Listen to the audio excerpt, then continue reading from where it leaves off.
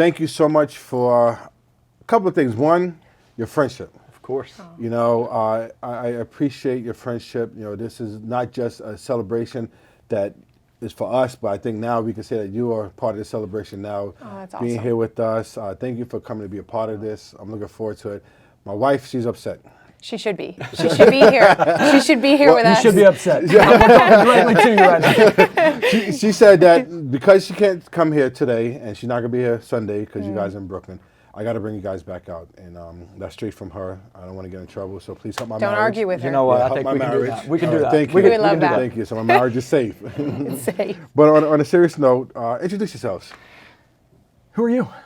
Well, I'm the better half of the Shepherds. Of course.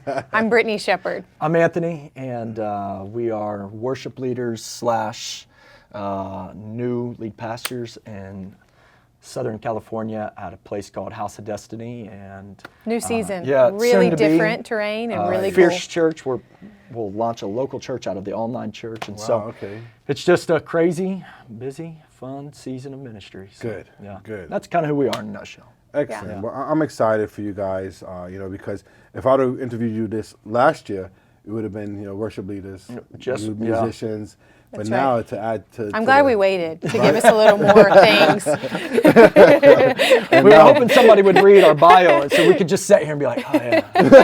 yeah. Well, there's no need because you're like family now. You know, course. they're looking Sweet. forward to it. They're excited. You know, I just hope that, you know, Cece brings her A game. She better step it up. She's gonna have to. I hope you 'cause step it up, listen, Cece. There's gonna be a move of God tonight. We just gonna. That's the PR word they say I need. That's the PR work. I'm only here for CC actually, so that's why I'm here. Well, let me ask you a question. You know, looking especially now that you are lead pastors of your own church and looking at ministry leadership and you know, what's been the biggest struggle? Yeah, this is you know, new. This is fresh for you. Yeah. Biggest struggle? Do you want? I think the biggest struggle, and I wouldn't even just put it with being a new lead pastor, even though that's like new terrain for us.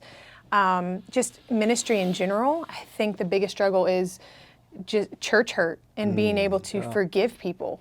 Ooh. Yeah, I know. Say that again. Church hurt and being able Church to hurt. forgive people. Yeah, church hurt doesn't just happen to the people in the congregation, it happens to leaders. Why are you stealing my ansers right now? I'm For sorry, real, I'm like- just feeling it. What? It's Yeah, the with truth. the We're two in shall one. become We're one. one. Right? But it's true. It's hard, you know, because as leaders, it's almost like we're supposed to be, you know, not bothered by emotional things. You know, you're supposed to lead at all time. Leaders lead at all time, and you're ready. And sometimes you're wounded and you're hurt.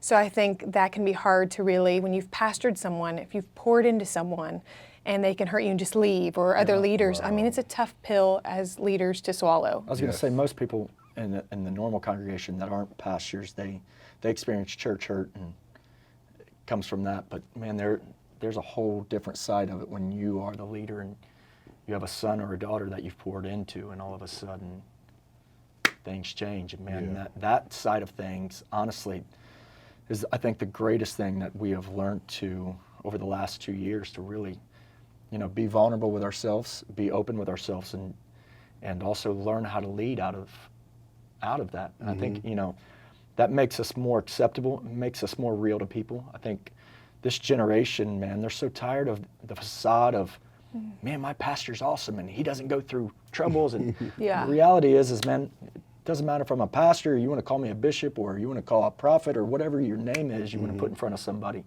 At the end of the day, there was only one perfect man that walked this earth, and out of that, we've got to learn how to be real to this next generation, because oftentimes the people that aren't Christians, or the ones that are chasing the leader more than sometimes they chase the church, they put this facade around that, man, they'll never fail and they'll never mess up. And I think the one thing that we constantly try to be real with is, hey, we're going to mess up. Yeah. Hey, we're going to fail you.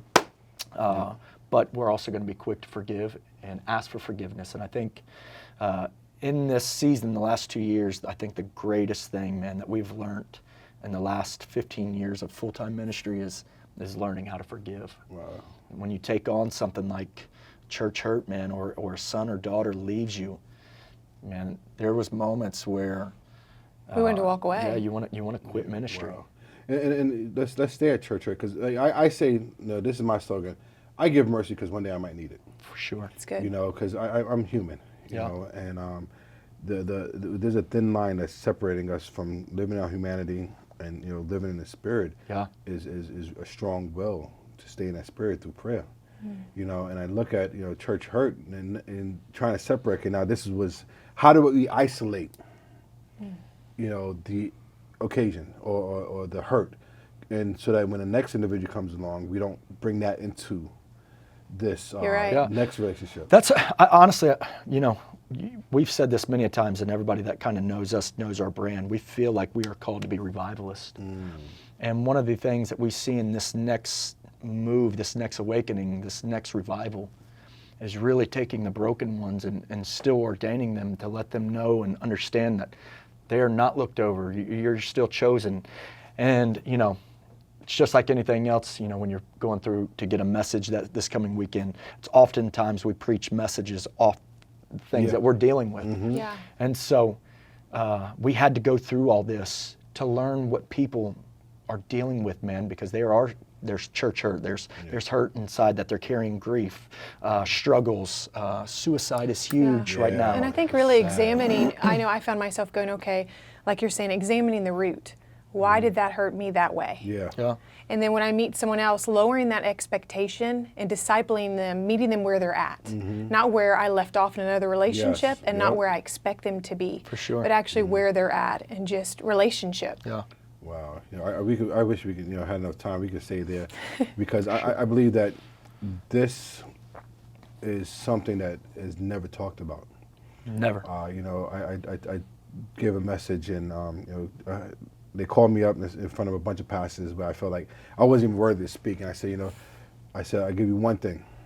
I said, for us as leaders, the heart is not a cemetery. Yeah.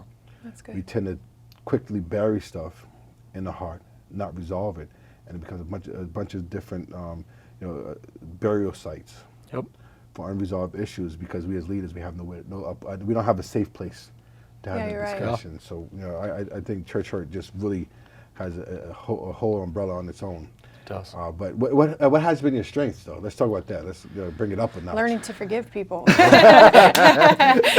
Strengths. Yes. I think that, I'll speak for me, I would say yours is probably the same. We're thoroughbreds. Yeah. Like, there is no mules in this family. You ain't going to have to kick us to get the work done. You're not going to have to kick us to chase after God's presence or anything like that.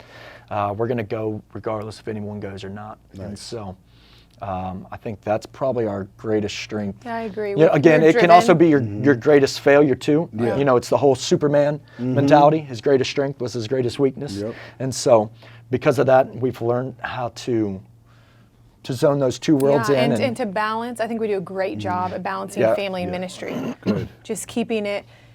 For a long time in the beginning, we would try to keep it separate. Yeah. Here's family time, here's ministry time. And then over the years, it kind of transformed into they were one thing.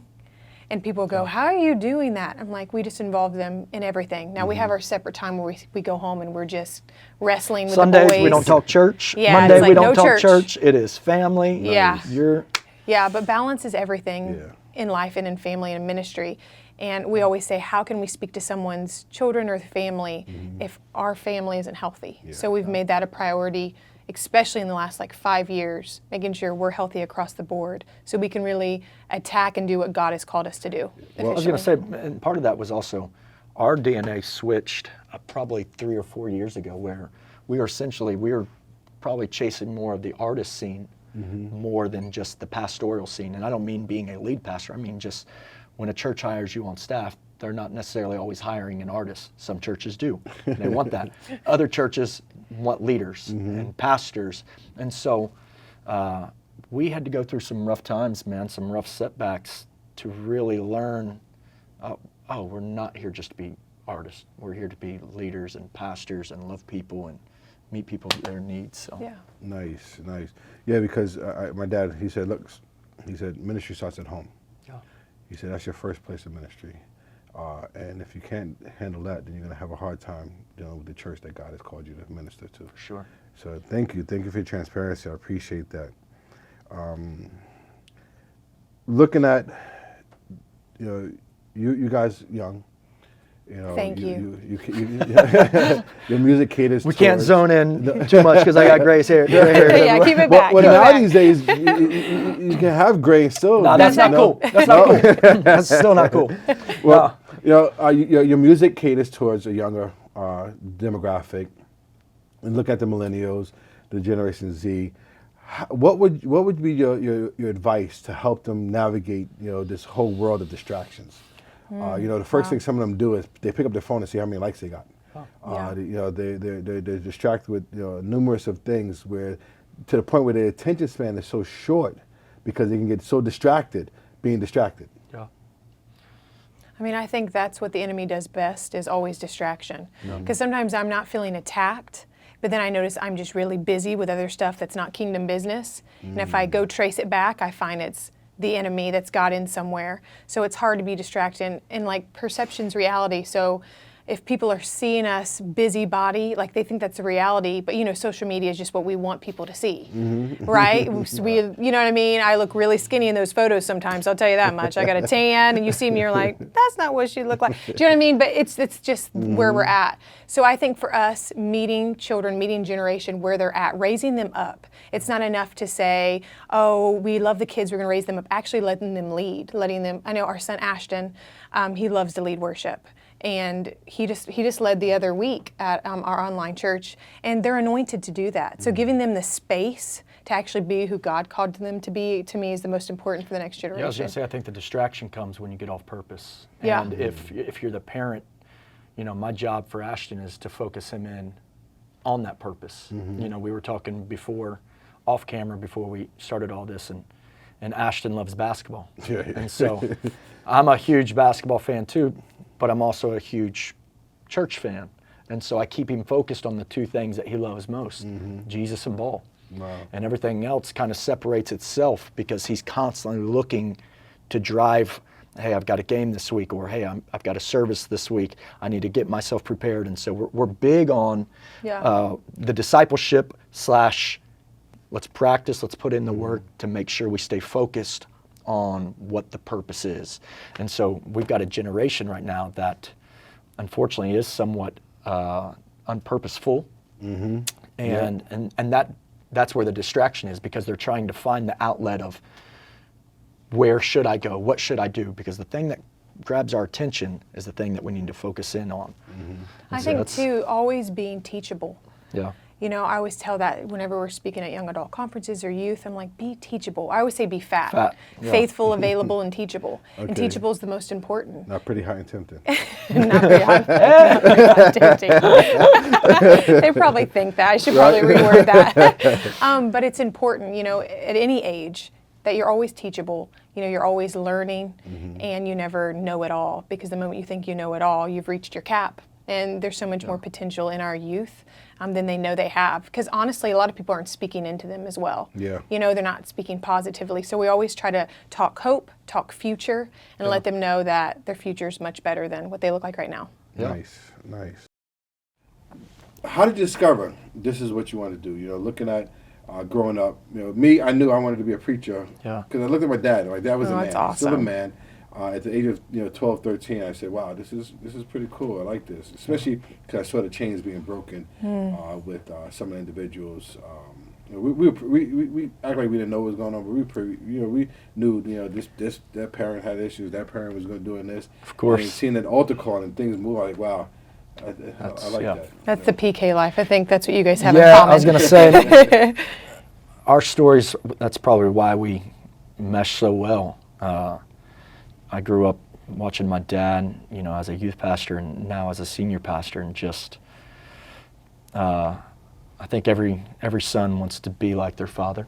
Even my boys, if you were to ask them what they want to do, they'll tell you, we want to be in the church, we want to be pastors, we want to play professional basketball. I'm like, I don't know how these two worlds work. There's not too many white boys in the NBA either, but we'll keep praying. The church thing is probably a better outlet. We could use another Steve now. Right, we could. Yes, we could. So, but growing up in it, man, you fall in love with just the ideal of it until all of a sudden you have a real encounter. Yes. And that encounter kind of engulfs you. And I remember falling in love honestly, with just the church from a young age. I was a musician, played drums, so music automatically, being in the church world, just grabbed my attention. And then I remember, there's two things I'll mention. My first real encounter, for those people that don't believe in the baptism of the Holy Spirit, we do. We're with you right Yeah, it was in an old church. I think I was like 10 years old, 11 years old. And we had one of those old school revivals. And man, I just got zapped by God and got, honestly, drunk in the Holy Spirit for almost 24 hours, to the point of where my parents had to carry me home. We lived an hour away. They put me in bed speaking in tongues. I woke up still speaking in tongues. And just that realness right there. I'm 35 years old, and that same, I can still remember the moment now. And I think that is one of the main things that we chase after. And then in 96 or 97, the Brownsville Revival had kicked off, and we were in Knoxville, Tennessee. Church of God is a denomination, for those who don't know. They put on this event called Winterfest, and my parents were youth pastors. Yeah. You should have one up here. Absolutely. Oh yeah, they did them all over. Yep, up here in New So York. we're in Knoxville. Lyndall Cooley is leading worship at that time, and I just remember being in the front row of this arena that sits 20,000, and just the call of God hit me, boom. And I believe 100% to this day, out of that revival made a revival in me. And that passion and that zeal, you know, we don't always have the answers, but we know we're passionate for God's presence. And those are the two things for me that has it has put me where I'm at today. I still chase after that hunger. Honestly, I'm really thankful that that passion has never left us, that we constantly stay in that place. You know, we talk often about this, and I'm like, man, it's amazing. I've never had an encounter with God's presence like I had when I was 10 years old. And still to this day, I get choked up. But once you've tasted the goodness of God, man, you're after that for the rest of your life. And I want this next generation to experience the realness of the Holy Spirit, and not some man-made movement. Not some glitz and glamour thing, because there wasn't a light one in that room. It was just the authenticity of the Holy Spirit coming down and just, man, breaking us. So That's awesome. that's mine. My Sorry story's for a crying. my story's a little different, but yeah, I mean, Should you have one for me? yeah, I think mine's shorter though. I grew up in church, but I came from a broken family. And so Anthony met me when I was super saved in my youth group, and we met. And then after we lost touch, I kind of went down the wrong path, and I was in college and I was doing drugs, and I got really bad addicted onto coke and things like that. And Anthony and I reconnected at that time through a friend, and they were trying to get me back into church. And so it's a little bit of a weird story when people say, you know, when you're dating someone, make sure that they're equally yoked, you know, they love God like you don't want to get in a bad situation. But for my story, they misuse that. they misuse that, because for my story, it really was Anthony that came back, and he saved my life. I was so strung out on drugs, and he brought me back into the church, and it was a process to get me where I am today. And I think that's why when I minister to youth, now my turn to cry, when I minister to youth, I'm so passionate about it, because I see myself in those young girls. But there's hope, and there's future. And so I think that's why we're so passionate about what we do. We just won't let someone just walk out of our lives if God's told us, hey, this is what they're called to do. We're going to let them know what God's saying. Yeah, I think so many times with something. Don't do drugs. Yeah. That's and I can see why you're more vulnerable to church hurt, because of the way your heart is conditioned to really love these individuals, so that they won't go down a path like that. Absolutely. Absolutely. Yeah. This is amazing. This has been one of my best interviews. Like, after something like that, you know, I was going to ask who are your big influences, but my question really, because the way atmosphere is, give the viewers a message. Give them something that would lead them towards saying, wow, okay, I don't want to quit. I want to continue this. Or give them a word that will really just resonate with them. Yeah, I think for me, it's keep moving and keep chasing towards God. God would rather have you messy than to not have you at all. And I feel like right here in this moment, man, there's That's good. God is calling prodigals home, and He's not looking for perfect people. He's not asking you to be perfect. He's just asking you to come. And He'll clean you up along the way. But you just got to make that first step and come. And so the thing that I always constantly remember when we use the terminology sons, because we pour into sons and daughters and we bring them in like family. I'd rather have them near me than not near me at all. And the same is for, with our own kids. If our actual bloodline sons and daughters were to mess up and they come home, the first thing that I'm not saying, hey man, let's talk about your mistakes. Let's talk about the things you did wrong. I'm saying, hey, Ashton, come on, man. Hey, Bailey, it's okay. Yeah. We ain't even worried about that. The fact of the matter is you're here right now.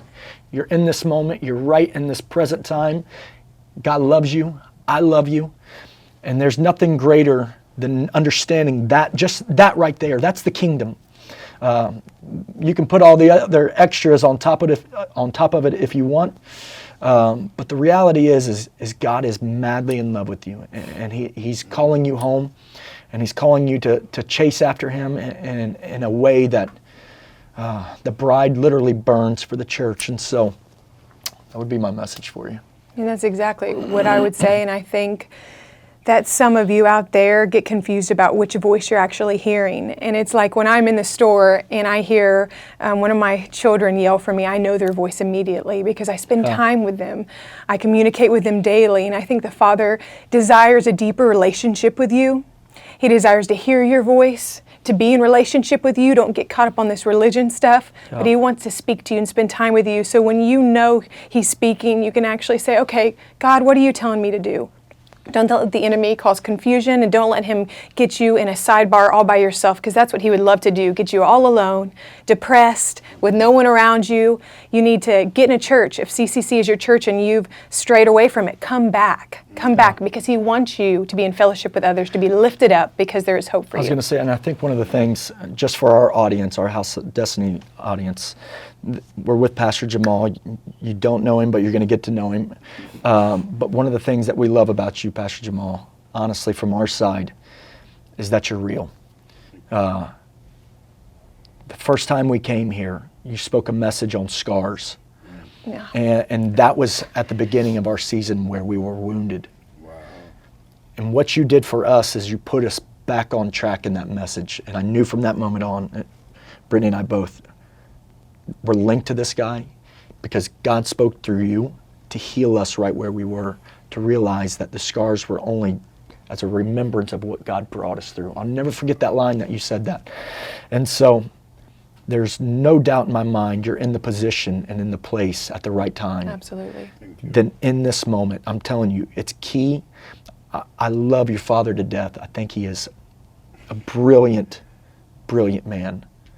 But there's a season that you're quickly running upon, that it's your realness, your authenticity, Yes. that you're not trying to be your dad, you're not trying to be Bishop Jakes or anybody else. You're just trying to be Pastor Jamaal, and you're a real guy, and you speak truth. And that right there, That's I'm telling revival. you, that is revival. And we spoke about it and prophesied it last time we were here, that there was a feel of revival that was breaking out in the walls. And that morning, if I'm remembering right, it was something to do with there was pillars in the room. And I didn't know that there was pillars in this room. But I feel it. You're going to see a massive awakening in this city. But it's awakening because of what you've went through. You don't have to be the most gifted. You don't have to be the most knowledgeable. You have to be the most open. You have to be the most real. I received that, and that's confirmation because on Sunday, Daddy said that he sees revival. In the start of this celebration. So you're crazy. You're confirmation. Well, we're honored to be here. With that message, that message was something I was working on for later. But because of the way you did worship and praise and worship, and I just felt it in the atmosphere to speak on that, and to use that. So that was just, thank you for your obedience, because you were the catalyst to move me to even speaking about that. So God used you to use me to heal us, right? And that's the realness of learning to lead while wounded, and being still open to be like, dude, I'm That's hurt. a message. Leading while wounded. Yeah. That's good. That's a good message. Wow. Thank you so much for your time. Love you, man. Thank you, Thank Pastor. you for your love, your commitment to CCC. And Love it. And we're here for you. Thank God for technology. East Coast and West Coast can be brought together. Come That's on right. now. And we're here for you. If there's anything we can do for you, Yeah. we're here to support. To pray for you. I have our people constantly praying for you guys because God has something for you. God has a specific group of individuals for you, and I'm looking forward to seeing those lives change because of you. Me too. Thank you, sir. Thank you. We love Thank you, sir. We love you guys. Love you too. Let's go. The big 40th anniversary. Hey! Come on. So